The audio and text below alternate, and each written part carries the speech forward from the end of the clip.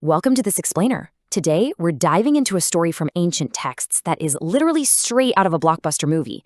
It's the awe-inspiring origin of the sacred Godavari River. We're going to trace a classic hero's journey here. We start in absolute peace, get plunged into this crazy manufactured crisis, and finally end up with a stunning divine resolution. Seriously, this story has got the whole shebang. Grand illusions, bitter betrayal, ultimate devotion, and some major cosmic miracles. Okay, let's dive right into this. Imagine just minding your own business and suddenly hearing people screaming at you, "Gau hatya, cow slaughter, this is a great sin." Now, back in ancient times, there was absolutely no worse accusation you could face. But what makes this moment so wild is who they were yelling at. We're talking about a deeply peaceful, highly revered sage. So how on earth does a man of pure virtue get accused of such a terrible crime? Well, to figure out how we hit this dramatic climax, we've got to go back to the very beginning. Part 1, the ashram and the conspiracy. So, picture this. Out on the Brahmagiri mountain, the landscape is just totally devastated by a severe, earth-cracking drought. The ground is literally begging for water. But right in the middle of all this destruction, Sage Gautam's ashram is this lush, green paradise. It's completely sustained by his divine aura and, of course, the meticulous care of his wife, Mata Ahilya. So while the rest of the world is starving, Gautam is just sitting there in deep, peaceful meditation, completely surrounded by thriving crops. But there's always a catch, right? Hidden in the shadows, a group of jealous sages are watching, and they are not happy. Their faces are twisted with bitter envy, and they're whispering these wicked plots to bring him down. To pull off their scheme, they decide to use a Mayavi. Now, if you're not familiar, a Mayavi is basically an entity or event created entirely out of magical illusion or deceit. These jealous sages, they don't even try to attack Gautam directly. Instead, they deliberately conjure up this Mayavi cow. It's this magical, starving, just pathetic-looking creature. And their sinister plan? They're going to send this fake cow right into Gautam's beautiful, thriving fields to destroy his crops and trigger a completely manufactured crisis. Part 2, the illusory cow and the false stigma. The trap is set, and it's sprung on this quiet afternoon when that frail Maviavi cow stumbles right into the ashram. It immediately starts aggressively eating the precious harvest that was meant for guests and sacred rituals. Hearing the rustling leaves, Sage Gautam opens his eyes. Now, he feels absolutely zero anger toward this hungry animal. He just wants to protect the food, you know? So he picks up a tiny blade of kusha grass, which is a highly sacred grass used in Hindu rituals. He takes this feather-light, completely harmless blade of grass, and he just gently tosses it at the cow. He's just hoping to shoo it away without causing even a scratch. Now, what's really interesting about this moment is the tragic irony of it all. Gautam has the purest, gentlest intentions. He's literally thinking, "Oh, mother cow, please depart." But the second that tiny, weightless piece of grass touches the cow, boom, the illusion activates. The cow lets out this terrifying shriek, crashes to the ground, and just drops dead instantly.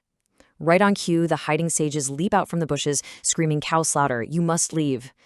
Gautam is absolutely stunned. He drops the grass, realizing pretty much right away that he's been tricked by this dark magic. But man, the damage is already done. The false stigma of the ultimate sin has been pinned right on him. Part 3. Sage Gautam's severe penance. And this brilliantly illustrates what happens next. Carrying this massive, entirely false stigma, Gautam totally refuses to fight back with anger or violence. Instead, he climbs up to the absolute highest, sharpest peak of the Brahmagiri mountain. He stands on one leg, throws both arms up to the sky, and starts this relentless, unbroken chant, Namah Shivaya. And he doesn't just do this for an afternoon. He commits to literally the most grueling penance imaginable. He stands completely immovable through fierce storms. Those turn into torrential, punishing rain, and then freezing snow. Days, nights, and seasons just blur past. You can see the rapid cycling of the sun and the moon, and through all of that, Gautam stays totally motionless, right up until his body starts to literally radiate this brilliant golden aura. Part 4. Lord Shiva's divine boon. It finally happens at dawn. The sky just rips open with this blinding, intense light, and the echoing, rhythmic sound of Shiva's cosmic Damaru just fills the entire atmosphere. Right from the center of that blinding light, Lord Shiva appears. He looks fierce, but at the same time overflowing with compassion, wearing the Vasuki snake and the crescent moon. And then in this deep voice that literally shakes the mountain, he says, "Open your eyes, O Brahmarshi. Your penance is complete. What boon do you seek?"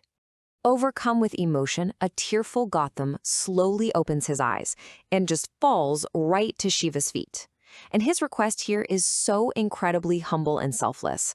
I mean, he doesn't ask for revenge against those jealous sages who ruined his life. He doesn't want them punished at all.